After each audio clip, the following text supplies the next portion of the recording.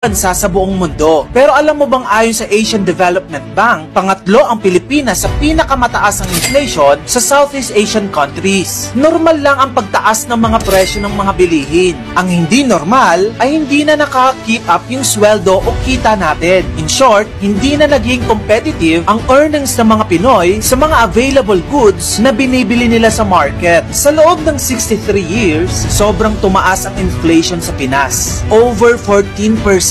Ibig sabihin, yung 100 pesos mo noong 1960s, ang katumbas ngayon, 14,000 pesos na. Grabe! Mula sa saganang panahon ng 1960s hanggang sa todo-todong pagmahal ng mga bilihin ngayon, kitang-kita kung paano nagbago ang value ng pera natin. Ang 20 pesos na kung ituring ay ginto dati, ngayon ay parang barya na lang. Ano na kaya ang mabibili mo ngayon kumpara sa mga nakaraang dekada? Tara, pag-usapan natin sa comment section. At kung